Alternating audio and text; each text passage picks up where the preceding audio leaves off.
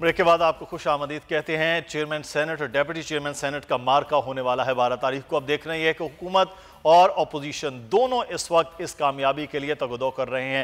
इससे मैंने पहले आगाज में कहा कि अपोजिशन के पास नंबर ज़्यादा हैं।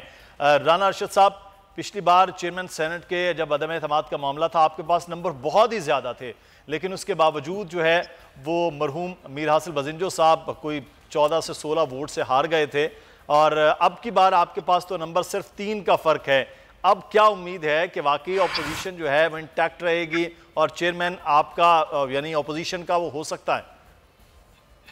मुदस्सिर साहब, बात बड़ी सीधी है। आपने हासिल बजिंजो साहब की बात की तो उन्होंने कुछ कह भी दिया था रिजल्ट के बाद, उनके अल्फाज आपको भी याद होंगे। ये मैं समझता हूं कि आवाम के वोट चोर तो हैं ही, और ये बादशाह सलामत इमरान अहमद खान न्याजी साहब का ही कारनामा है कि 64 मेंबराने सेनेट मौजूद थे, और जब गिनती रिजल्ट आता है तो वो 52 या 51 रह जाते हैं। ये बहुत बड़े डाकू हैं।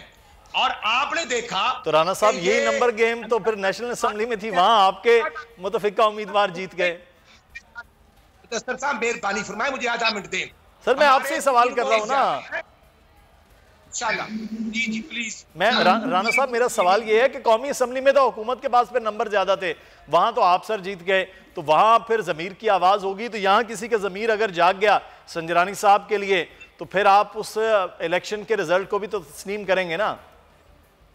सर साहब, जमीर क्या जागने हैं?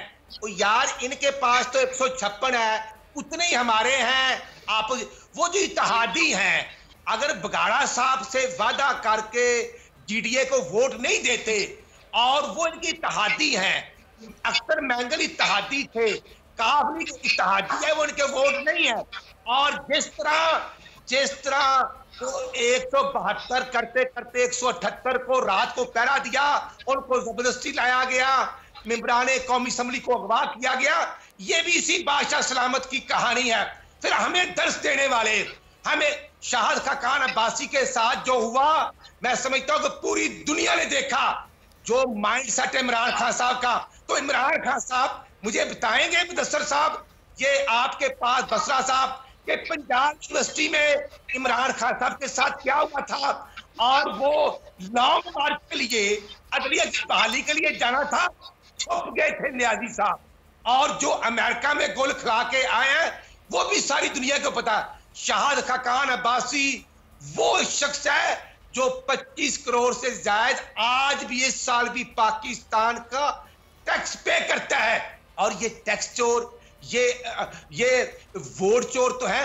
आज चीनी माफिया कौन है? इमरान खान साहब की एटीएम मशीन। आज पेट्रोलियम माफिया कौन है? वो नदीम बाबर कौन है? और ये उस्मान बुजदार तो हमारा टिकट होल्डर था पुराना।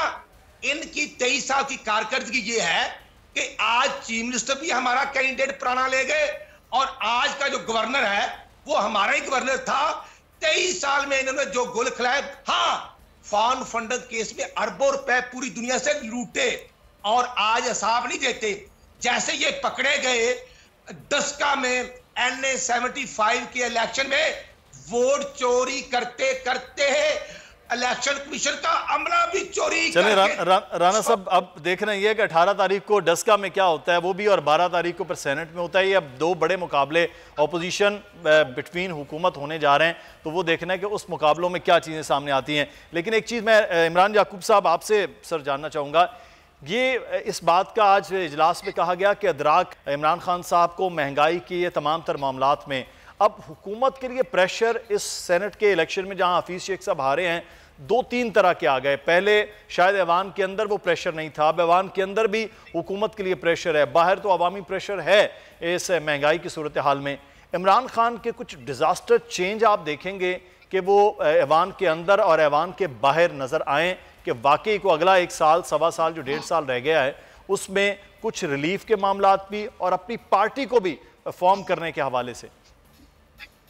देखिए मुदस्सिर, बड़ी सीधी सी बात है, सियासतदानों ने, ये मेरे दोस्त भाई राना अरशद हो या उस्मान बसरा साहब हो या कोई भी हो, इन्होंने आपस में पॉइंट स्कोरिंग करना होती है। लेकिन असल चीज़ है बतौर तजिया कार, बतौर साफी के, मैं ये समझता हूँ कि इमरान खान साहब अगर ना भी चाहें तो उनको अब ये काम करना पड़ेंगे, क्योंकि अगर उन्होंने फ्यूचर में सियासत में रहना है, अगर वाकई उनका ये प्लान है कि वो मुल्क की खिदमत करें और मजीद अगला टेन्योर भी हुकूमत का हासिल करें, तो उन्हें ये इकदाम करना होंगे।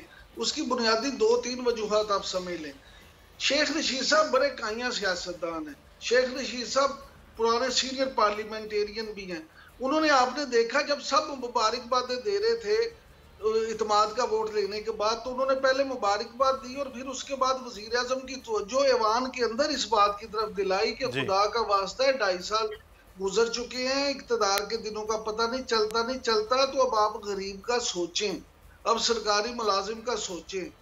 बात यह है कि यहाँ महंगाई की जो सूरत हाल है, अगर इमरान खान साहब इस पे कंट्रोल नहीं करेंगे, अगर सिर्फ ये कहते रहेंगे कि ये पिछली हुकूमतों की वजह से है, भाई मान लिया पिछली हुकूमतों की वजह से होगा, लेकिन अब आपने वजूहात दूर तो आपने करनी है। अब तो पिछली हुकूमत को गए भी 2.25 साल होने को, तो जब आप अब कितनी देर मजीद पिछली हुकूमतों का कहता रहेंगे। आपने जो चीज महंगी की बात अभी राना अरशद कर रहे थे, आटा महंगा हो गया, उसके बाद आप देखें हर चीज अगर महंगी, चिकन आज देख लें आप, उसकी क्या पोजीशन है। अभी रमजान है, तो रमजान में तो मिला माशाल्लाह, आपको पता है पहले पूरी कौम जो है जहीरा अंदोज जो है उनके हथे चढ़ी होती है और जहीरा अंदोज उससे पूरा फायदा उठाने की कोशिश करते हैं। अब इमरान खान साहब अगर अब भी इमरान खान साहब ने अगर वाकई को सीरियसली इस पे ना सोचा, इस पे अमली इकदाम ना किए, तो फिर मेरे नजदीक शायद उनके लिए अवाम के पास जाके वोट मांगना मुश्किल हो जाएगा, क्योंकि अवाम इस वक्त बहुत तंग आ चुकी है महंगाई से, लोगों का जीना दोबर हो चुका है। गरीब आदमी की आप बात छोड़ दें, गरीब बेचारा तो अब गुर्बत की लकीर से बहुत नीचे जा चुका है।